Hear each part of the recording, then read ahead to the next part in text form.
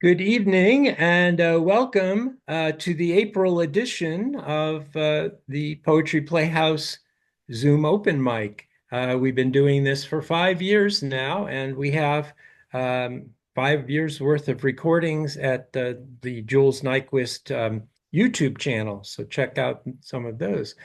Uh, tonight's May Eve, or Fairy Eve, or Beltane, or Walpurgisnacht, or so. For anyone who celebrates any of those, welcome. Welcome to spring, basically. And tonight, we are so excited to be featuring Claudia Stanek, who has a new book, Mm. and it's from Finishing Line Press and Beneath Occluded Shine.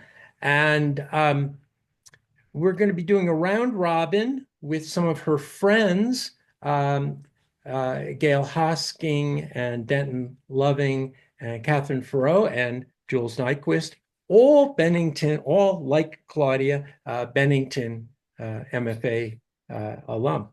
And so that should be fun. And then we'll talk a little bit about the book and then go to our usual open mic. I did want to point out the cover collage because the artist for the collage, you may know, Jules Nyquist. I'm That going was to, really fun to do. And I'll yeah, talk a little bit. We'll have some Q&A and some discussion after we read as well. great. So I'm just going to read Claudia's bio, and then I'm going to turn things over to Jules for a little bit more introduction. Claudia M. Stanek holds an MFA from the Writing Seminars at Bennington College. Her chapbook, Language You Refuse to Learn, was a co-winner of Bright Hill Press's 2013 annual contest. Her poems have been published in many journals, Cutleaf, Ecstasis, Book of Matches, Atticus Review, and so forth. She's been anthologized in Like Light, 25 Years of Poetry, issues of L'Homo Juste and the Tennessee Voices Anthology. Her poem Housewife was selected by Judith Lang Zamont for a commissioned libretto for the Eastman School of Music's Women in Music Festival. Claudia received a writer's residency in Poland, where her work was translated into Polish. She's a founding member of the poetry nonprofit Just Poets from Rochester, New York, which is how I first met Claudia. Um, and Claudia now lives in East Tennessee, where her life is managed by her rescued dogs. So I'm going to turn things over to Jules. Thanks, John. Yeah, and Claudia and I were in the same class at Bennington in Bennington, Vermont for their MFA programs. So they have us all staying in the dorms when the undergrads leave. So we went over there in January and June for like 2.5 years. So that's where I met Claudia. And I would say, John, that when I met John when he was visiting in Albuquerque the first time, when we started dating, we had Claudia in common as a friend. So that was nice too. I will bring everybody else in here in a bit. And then I just wanted to say, so there is something about Bennington that whenever we meet another Bennington person, it's kind of that instant connection. And I remember when I was in there that Liam Rector was the director, and he always had this thing for like always be closing. Um, and another one was more like create your own opportunities. So I think we're very enterprising in just whatever we do in life. And it's always cool to see that we're all here. So, um, so we're going to do a round robin and we're going to start with Claudia. So we'll be reading poems out of Beneath Occluded Shine. There are 16 poems, so this is a chapbook. Check out the link as well if you don't have this already. We will be reading them in order of the book, so if you have the book, feel free to uh, read along silently with us. And then this is a book about kind of questions to Pablo Neruda's questions. And I would say questions with questions. And we can talk more about that. So John will be reading the Pablo Neruda quotes from the poems, and then each poet will be reading the poem itself. Yes. Everybody on Spotlight would unmute, please. And then we will be going around. So we'll be going Claudia, Denton, Gail, Catherine, myself, and then around as we go. And I was just going to say, I'm not going to say Neruda each time, but each of these quotations is from Pablo Neruda's Book of Questions. Okay, John. Yeah, why don't you start us out with the first Neruda?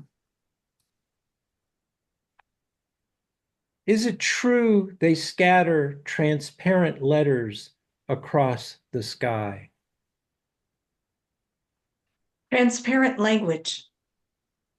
When you raise your eyes to the punctuated sky, you see letters of all scripts scattered in mock collage. When you shield your eyes from the glory of the sun, you see the random spatter of the words that matter most on your palm. When your eyes no longer see anything but a mist of light, the magnifier that should illumine sentences will brand your hand.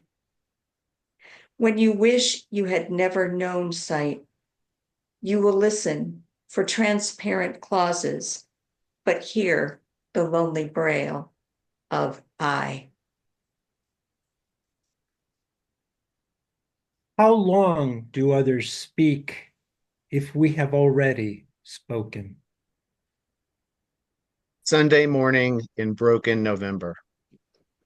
Sabbath morning rakes my skin as I tore St. Mary's to learn how the names of dead Poles speak. Headstones shiver as I photograph rows of silent skis and vitches. Eroded dates yield no parentheses of time. Squirrels' nails catch on tree bark as they spiral upward in chase. Crows idle on branches high above, signals the dead would understand if they had ears to listen.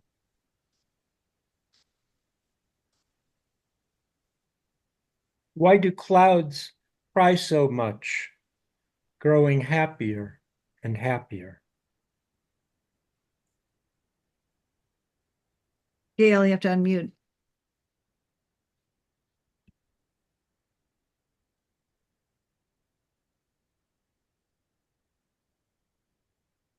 Gail, Yeah, okay. Okay. Salt of the earth. With each preferred drop of rain, sky shouts to cathedrals of salt. Arise from stained faces and bless all the earthen tombs. How is it that saline never extends its portion of tears as an offering? How many churches are there in heaven? Hands, hands full of heaven. In a child's finger play, hands backside up with fingers interlaced, knuckles entwined, except for the steeple, where first fingers touch and point upward, assuming that up is superior to down. People wait behind closed doors. If no one opens them, how will we know if any communicants are kneeling on padded benches, awaiting God's presence in bread and wine? What of other congregations that do not kneel in worship, or don't know heaven came down? Others that seek to restore Babel's tower? Will their stained windows keep out clouds of doctrine and showers of theology? How do we thank the clouds for their fleeting abundance? Cycle of tears. Eons of our bottled tears kept for just this use accumulate in the air until shakers of tiny salt grains dry inside. We empty our shakers onto the soil with a sweat of futility, pray for the anointing of our land. Clouds cry in their travail, overcome rivers of labor and flood the land. Old and new bottles overflow with the joy of clear sky while generations drown in hunger. Our bodies, once afloat together with the tides, now whitened bones strewn across a dusty new sea.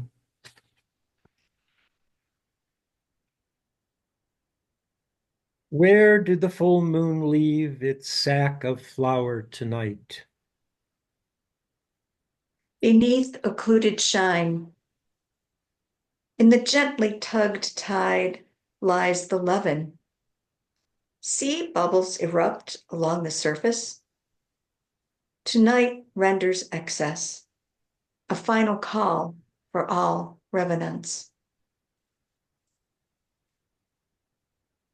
Is it true our desires must be watered with dew? Meditation on prayer. The blessing of night lies upon the greenery of the ground. We beg for this, pray that our wants become those of divinity. As each drop of dew passes into atmosphere, want becomes need, a less than divine addiction with neither hope of withdrawal or substitute. When is the appointment of the rose decreed under the earth? Rose, petals over the linked chain, their rusted jailer, sail down, cover clover, color pelts, rain, sieges. The gardener shakes each prismed drop. On the other side, no guardian waits for sun. Why do trees conceal the splendor of their roots? Family history. One oak climbed skyward more than 100 years before burial with its roots. A hollowed willow suffered heart rot until it could no longer thirst nor bend. A maple's bark curls and peels. Trunk exposed, time will erode the depths of each root's tendrils. White anchors, unprotected, mirror vacant branches above. Cannot a kiss of spring also kill you? Marzana, from the birch leaves yellowing till the willows begin to green, what passes between is a bitter record of repeated retreat. And you are the steward of the splendid remains until, at your consent, children burn, then drown, you, a sacrifice to spring.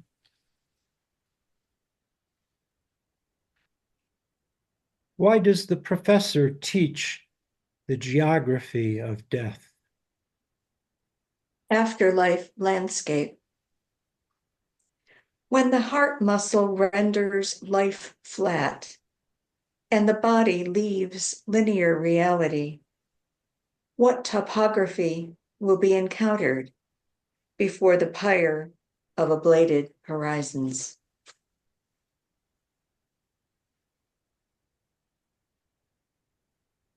What is it that upsets the volcanoes that spit fire, cold, and rage? Denizens. You are the temperature too hot not to be cold, surging from the core, circulating the flow of a fury churned to dizziness. You swallow a mountain, spew the lava of our folly. We settle on the cold scheme of the cemented surface, we, your new inhabitants.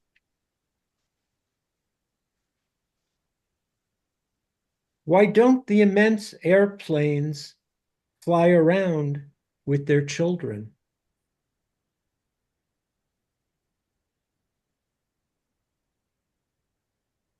Gail? Which one is it? I'm sorry, I missed that one. The physics of flight. Page 13. Okay, thank you. The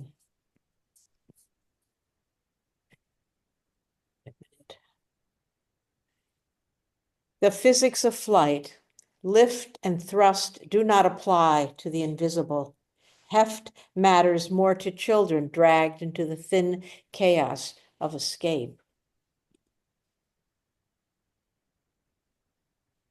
From what does the hummingbird hang its dazzling symmetry? Right. Consider the hummingbird stuck in the shed when lightning whips, how thunder speeds the flight to nowhere. What does old ash say when it passes near fire? Envy. Oh, to manifest that radiant flare, to combust again as poems become kindling, there must always be remnants of verse, pulp burned to warm our bodies, ash to be captured on the wind.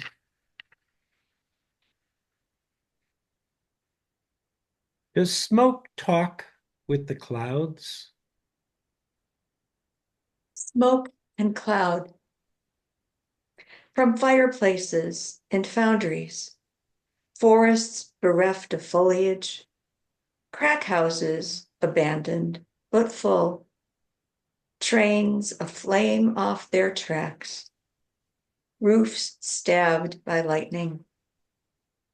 Smoke's ashy arms stretch beyond pillows of vapor, then shrug back into the soft embrace of cloud.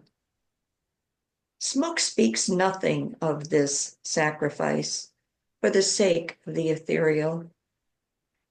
Communion in submission to the force that would douse its origins, but which chooses instead escape.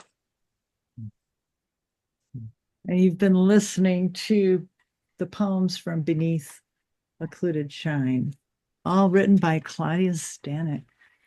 It is such a pleasure to read your work, Claudia, in a group like this. It's like a meditation to me. It is a pleasure to have all of these readers and friends being able to sit back and listen to these poems being read by other people is truly a gift and warms my heart and makes me perceive the poems in a new way as well. Yeah. That's always interesting when you hear your own words read by somebody else. And then you hear that. So we're going to start a conversation about kind of how this book became to be. And I guess I'll start with the cover. Claudia came to me with her manuscript and asked if I would do a collage for the book. So this is the collage that I came up with. And when I put images on here, I was reading through the poems and then looking through different materials and trying to find things that represented some of the poems, like the crow, the doors. And you may notice that this is the Poetry Playhouse door in here with the moon. That's part of a photo. And there are actual like real rose petals on here and some of the detail that was, in the collage. And Claudia has that collage now too, as well as a keepsake. So, and I think one of your poems mentions collage in there too. So, Yes. So Claudia, do you want to talk about, I guess, how anything that, how this book came to be about? Yes, and it's not a terribly elegant story. I began writing responses to Neruda's questions from his book of questions simply because I was in a period of writer's block. And someone had suggested, writing off of another book. And I had purchased the book. It piqued my interest.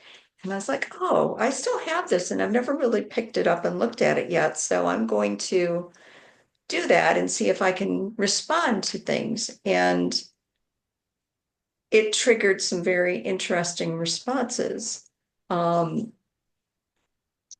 think one of the earliest poems was Transparent Language. The first and last.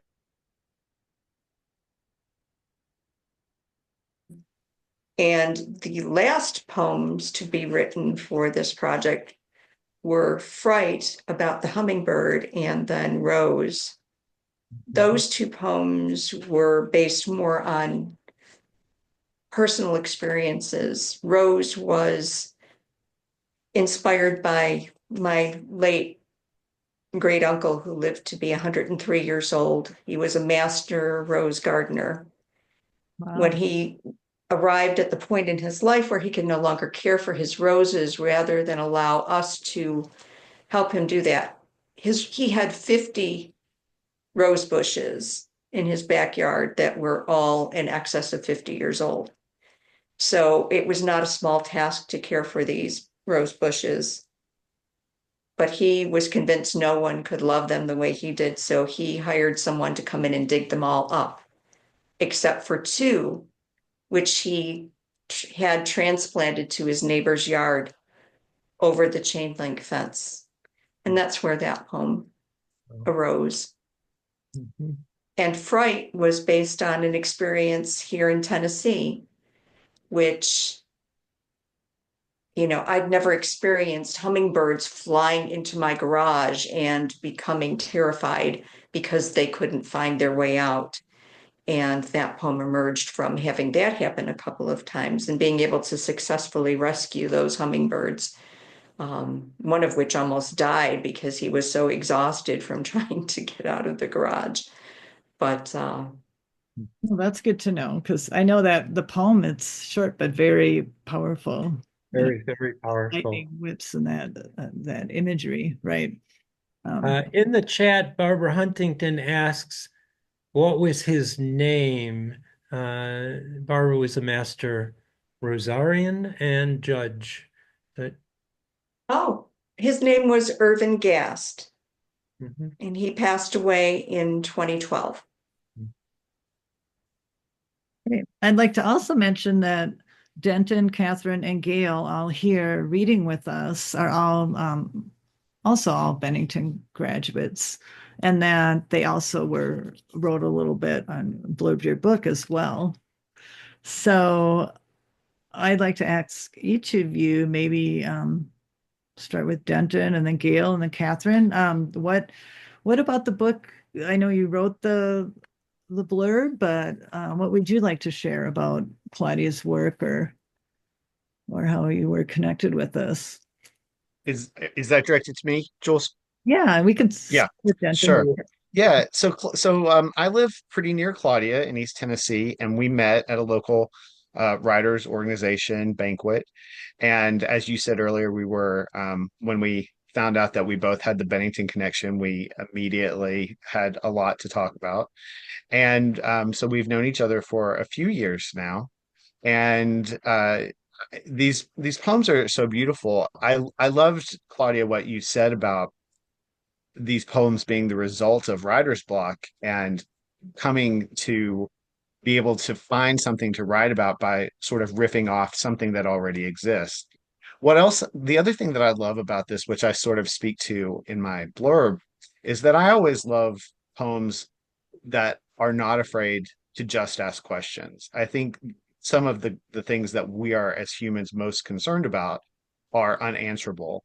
And I think that's what my understanding of Neruda's book, Original Questions, are sort of doing, asking questions for which there are no answers. Some of them are rhetorical, some of them are just mysterious or paradoxical. And so I love that aspect of the poems. And I think that that's just one of the things that I wish more people, especially who are new to poetry, would not be afraid to not have an answer, but just to live within the question. Yeah, that reminds me, of course, Keats' famous phrase, negative capability, to have that ability not to constantly irritably seek for an answer, but just to stay with it, stay with the question. Yeah. And we have Yeah. plenty of questions. Absolutely. Yeah. Gail, you had a nice review here too. Tell us about your connection and unmute yourself. Just keep it unmuted. Okay. Okay. I don't have the book in front of me, so to be honest, I've forgotten exactly what I said, but I do remember being very excited about the sounds and the images, even when I wasn't always sure what she was talking about. I had to go back and look at it, but just to read them, the pleasure of sound and images for me is worth a lot. You were writing like fireplaces, foundries, forest, foliage, full. Yeah. Yeah, I mean, she covers also, I mean, I think what I was referring to besides images and sounds, she covers a large area, a lot of subjects, within those questions. Yeah. Yeah. I like your phrase here. It's like a ribbon of the divine, like a reverent of seasons, winds itself through her lines. Yeah, very nice. Yeah, yeah. So I was touched to be asked, I just think it's so cool that she's got the Bennington the Bennington poets surrounding her with this book. So, and I should mention that Gail and Catherine both did Zoom readings for us a few years ago, so you can still find those on Jules' YouTube channel. So well worth checking out. Yeah. Catherine, tell us about your connection to the book. Well, first I want to thank Claudia for asking me, because I immediately went out and bought Neruda's book of questions, which I wasn't familiar with. So that was just a total gift. And as I was going through it, I read the Neruda first, and then I read Claudia's book. And what I really loved was that duet. I mean, I had a sense of Neruda's soul asking these questions. And then I had a sense of Claudia's soul really reaching outward. And the two books are very different in tenor, but I think they just work very beautifully together. And so that's what really struck me, and what I found magical about it was that interplay. So then to do the reading here, where we had all these voices, echoing with each other and moving around in this circle, was very, very satisfying to me. And then within that, I really admire, Claudia, your just the language play you have going on. Like, obviously you are really feeling those words and the sounds, and that's just so rich for the reader to dive into that kind of play, although play is not really the right word, because you're very precise and thought-filled in the way you're doing that. So, my pleasure. Thank you. I'd like to know. Jules, I see someone had a question in the chat. Yeah.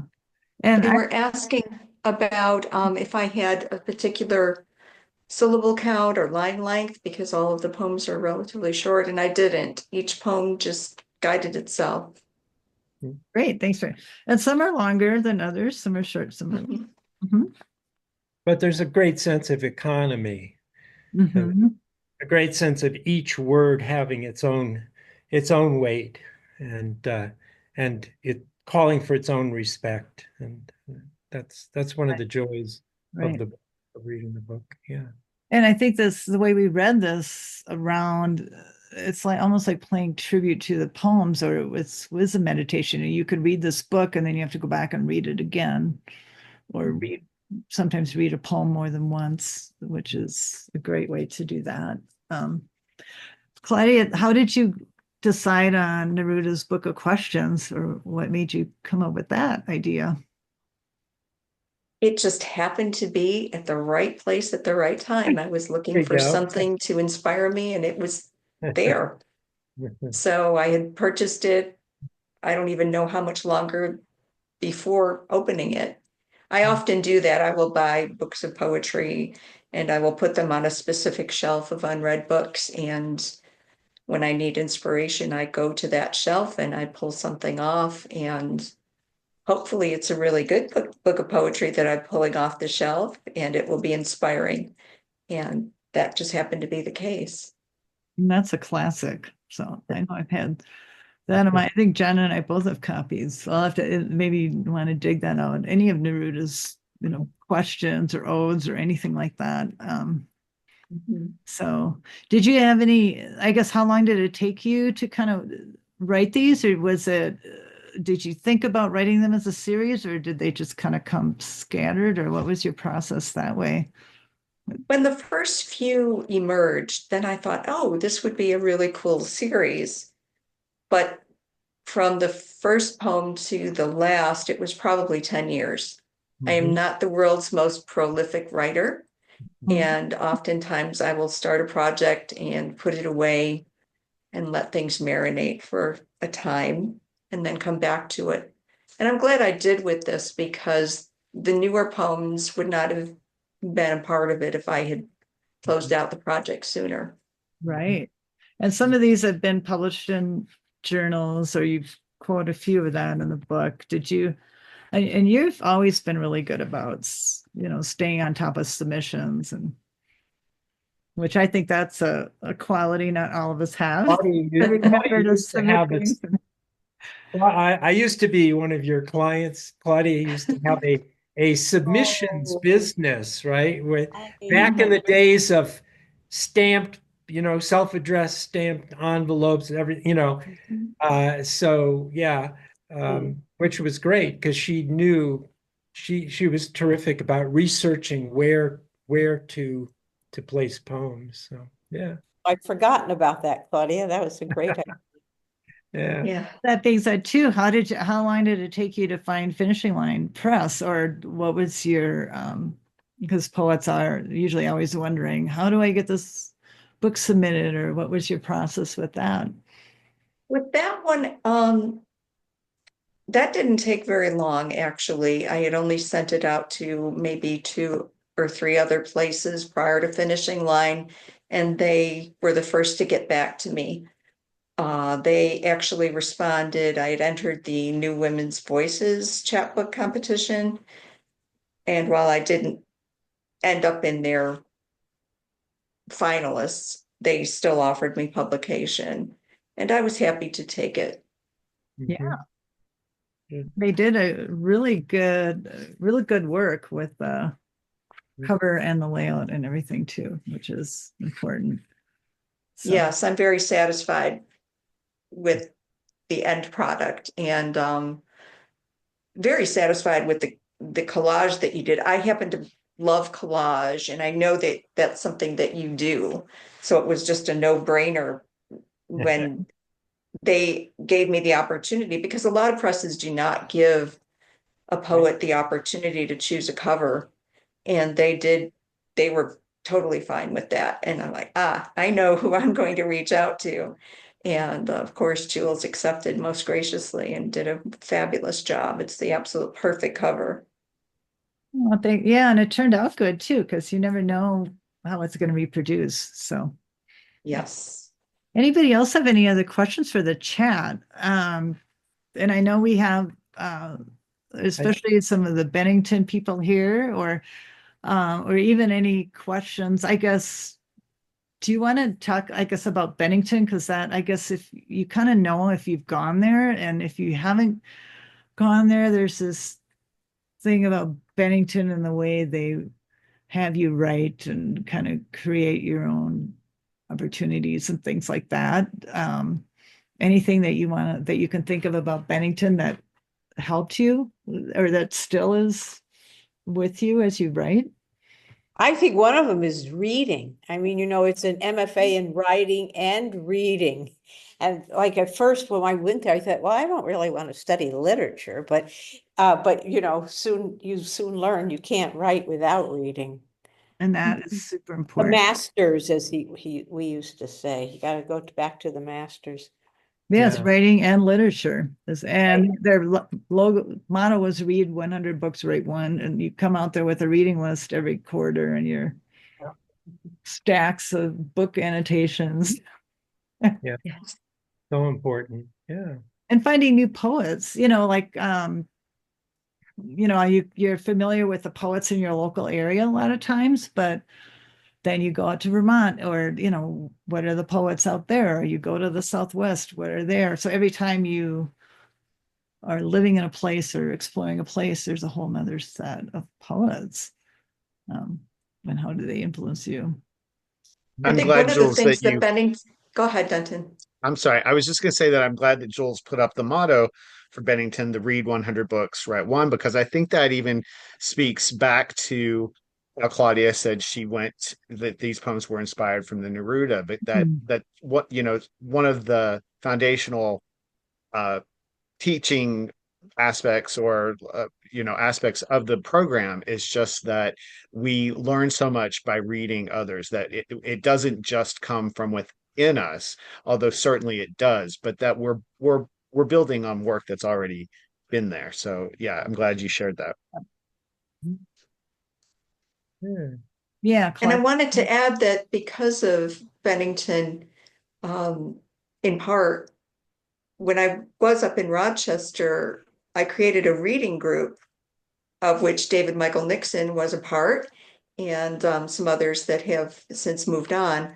But we read widely and varied. We didn't read just local authors. We read from all across styles and types of poems, formal, informal, famous people, people yet to be discovered.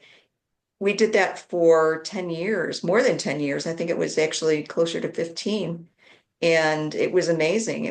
And that's the thing when people ask me, what do you tell a poet to do to better their writing? And the first thing is to read good poetry, even if it's not something you're drawn to.